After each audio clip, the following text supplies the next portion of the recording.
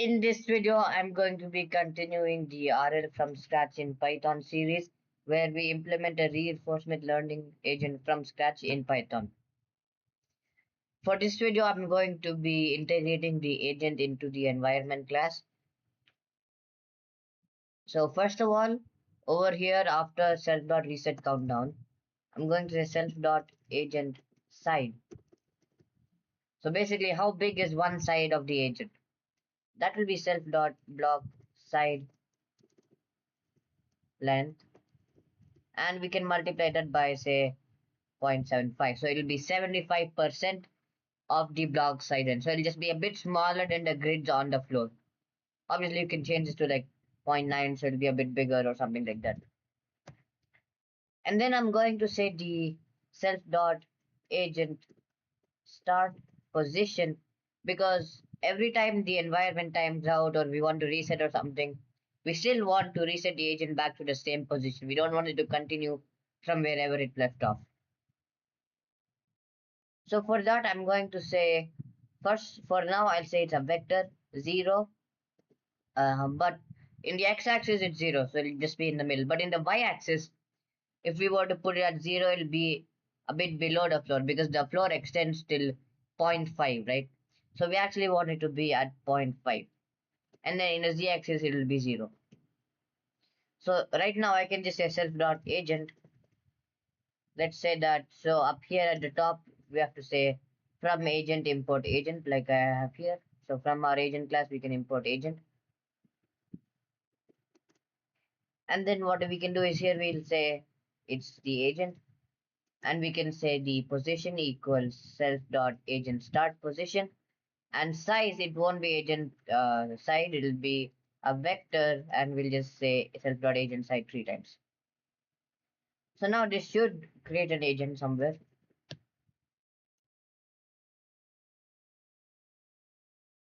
Yeah, you can see we have an agent in the middle of the floor. Yeah, it's in the middle of the floor because we're starting the height at 0.5, but the middle of the agent is going to be at 0.5. So we also want to add self.agent side divided by 2. So that instead of half being on top and half being inside the floor, the entire agent will be just on top of the floor. So now you can see the entire agent is on top of the floor, and we can move around. It's not too laggy. And then what we can do is we can say over here, we'll define self.agent color. That will be a vector. I'm going to choose a slight red. Oh yeah, it's going to be a red, like a kind of red. It will be 0.85, 0.3, and 0.3. So over here at the end, we can go ahead and say color equals self.agent color. And we'll also set the axis, so self.agent underscore start axis, because if we turn around or whatever and then the environment resets, we'll just move to the same position. We're not going to rotate the agent back to the start axis. So we'll say start axis equals, we have to define a start axis so that we can make it so that the agent will go to the start position and will also be rotated the same. So over here in agent.py, the axis is 1 0 0. So I want it to face towards us, so we'll say 1 0 0, just like this. And then we'll over here we'll say the axis will be self dot agent start axis. So now if we run this, this should do the exact same thing. It'll just change the color of the agent. Yeah, so now you can see the color of the agent is changed. So after that, we're also going to define a new function over here. We're going to call it self grid to world. So we're going to convert grid cells into world positions or coordinates, whatever you want to call them. So this will take CX and CZ, basically the cell X and the cell Z of the grid, that the grid we have on the floor. So the X position, the world X position will be we'll open some brackets. We'll say cx will subtract self dot grid columns. We have to define this columns. We'll divide that by 2 and we'll also subtract zero point 0.5. And then we'll multiply that entire thing by self dot block side length. And then z will be basically the exact same thing, but instead of cx, it is cz. And then we'll subtract self dot grid rows and we'll divide that by 2 and we'll subtract zero point 0.5 and again we'll multiply that by self dot block side length. So over here at the top, we'll say we'll go to the init function. Here. Here what we'll do is just after defining the grid rows and grid columns, we'll say self dot grid columns will be grid columns and then self dot grid rows will be grid rows. That's all that is. And then over here we'll also in the grid to world we'll just return a vector of x and then y will be 0 and then z. So now instead of hard coding the position, we can just delete all this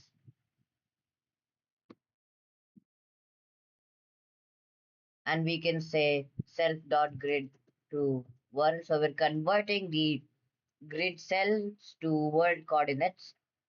So cx will be, let's say we want it at, so top right, if you look from the top bottom, the top right of the grid is cell 0 0. So if we go to 0 0, then that will put it in the top right. So now if we run this, you can see it's in the top right. If you look from here, it's in the top right corner. And this is cell 13 and this is the x of this is 13 and the z of this is 6 or it's 5 actually.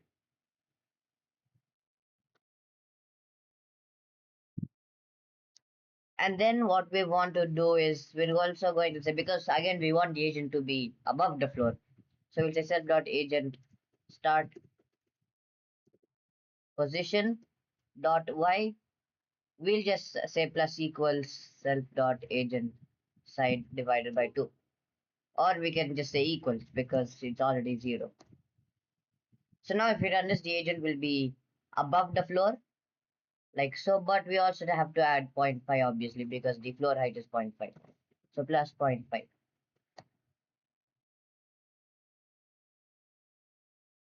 So now you can see the agent is right on top of the floor. Now let's say we want to move the agent with our arrow keys. So we also want to reset the agent when the environment times out or we reach the goal or whatever. So we're going to create a new method called reset agent. So that will take it won't take any parameters. Instead, it will do self dot agent dot position will be position, or it will be self dot agent start position, and then self dot agent dot axis will be self dot agent start axis. And then in the reset function, we can go ahead and call self dot reset agent. And now, first of all, we have to move the agent, otherwise we can't see it reset. So for that, we'll define a new method. We'll say def step. So it's common practice to call whatever. If you're taking some action, if the agent is taking some action in the environment, that function will usually be called step. So this step function, for now, let's just say self dot agent dot position dot x. So in the x direction, we'll say plus equals 0.1. And then over here, we can say before m dot update, we can call m dot step. So right now, the agent will just move in the x direction 0.1 every frame. But it's not moving, and that is because in the last video, you saw we had to call agent dot update. So in our environment, we have to say self dot agent dot update. Now it will re-render everything, or not re-render. Now it will actually move. So you can see it's moving, but for some reason our agent looks like this. and it's kind of thin. That is because for VPython to actually work properly, you have to use rate. So we'll say from VPython import rate, and then at the bottom of this while true loop, we can say rate 60. Means it will just try to run at 60 FPS. So now it will actually look proper. So for it to actually render properly, I forgot I had implemented one last thing in the agent.py class. Well, for the agent to render properly, there's still more. So in the update function, we set self.body.access equals self.access. We also have to multiply this by self.size.z.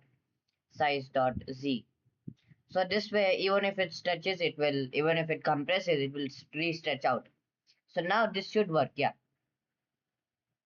So now you can see it's working and we have the agent moving. So when this countdown resets, the agent should go back here and it should keep coming forward.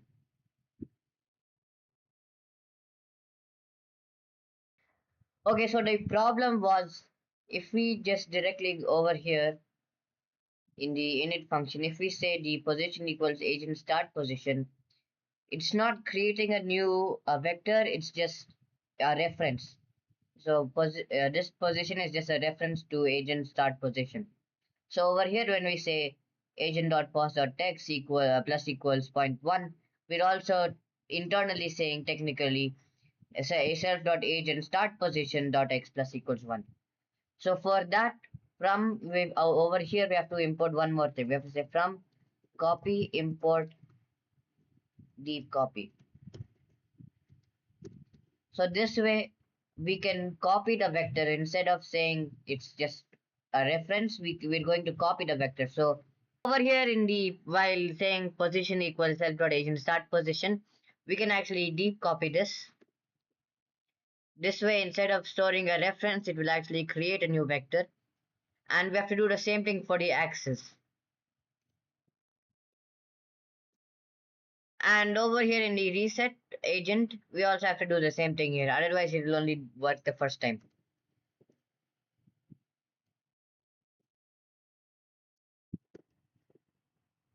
So now when initializing the environment, we don't store a reference. Instead, we copy the vector. We copy the start vector and the start position vector and the start axis vector, and we do the same thing when we reset.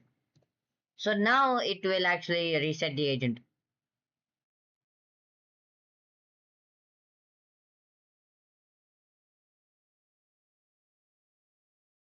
So you can see it reset the agent as soon as it reset the environment. The agent was back to its position. So now let's make the agent actually move properly. So in the step function, inside of this, we'll also take an action and we'll take a magnitude. So we'll say match action and we'll say case 0. So if action is 0, then we have to create a new method here in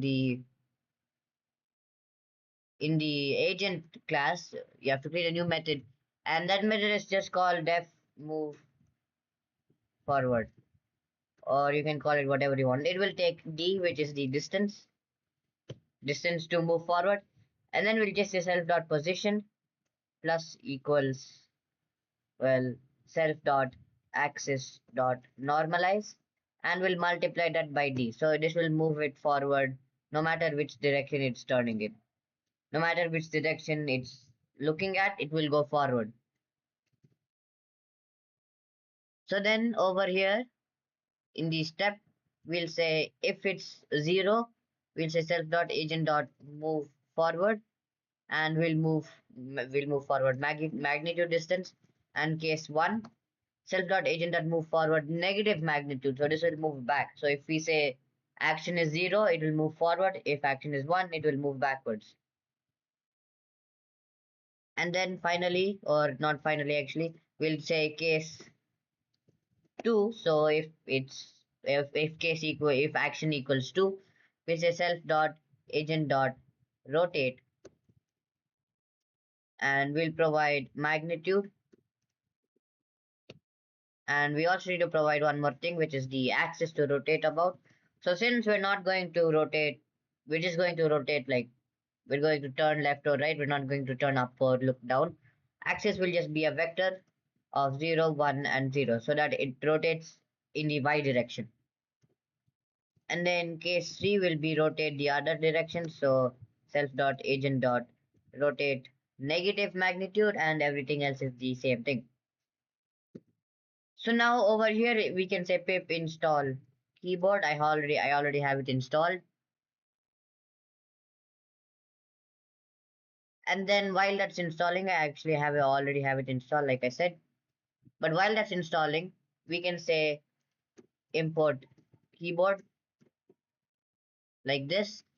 And then instead of just directly saying end dot step, we can say if keyboard dot is press. So if we press a key and if we press the left arrow key, then we'll say environment dot step. So if we press the left arrow key, we want to turn. So I don't know which direction it's going to turn in. We'll just put 2. And up here we'll define a turning radius or turning angle, whatever you want to call it. And we'll just say that's 10 degrees. And then we'll say the distance will be say point, or it'll be just be 1. So now we can say env dot step, and since 2 is the turn, we'll pass turn angle. And then we'll say if keyboard dot is pressed, if we press the right arrow key, we'll say env dot step 3. So we're turning the opposite direction and turn angle. And then basically the exact same thing. If keyboard dot is pressed up, so if you press the up key, we want to move forward. So we'll say env dot step, we'll do 0 because 0 is forward, and it will be distance. And then we'll say if keyboard dot is pressed, if we press down, we want to move backward. So we'll say env dot step 1 distance. So now this should technically move the agent. We can move the agent without arrow keys now. So you can see I can turn the agent and I can go forward. I can turn it, or I can go forward, or I can do both at the same time, and I can even go backwards. And you can see it reset once the countdown hits 0. But right now I can actually just go through the walls. So to fix that, that will be in the next video. We will implement actual physics. So we'll have jumping and gravity, and also, yeah, you can see it reset again. And also we won't be able to go through walls like this. And we will also going to implement the jump in the next video, where the agent is just going to jump, as in gravity will already be implemented, and we're just going to boost the agent's velocity up. In the y direction, we're going to boost it up, and from there gravity will do the rest, like slowing it down and then actually bringing it down and stuff. And also while we're jumping, we're still going to be able to move forward, backward, or turn, which is not really realistic, but it is fine for the environment because this is a simulation. And that's it for this video. In the next video, like I said, we'll be implementing that. But yeah, okay, bye.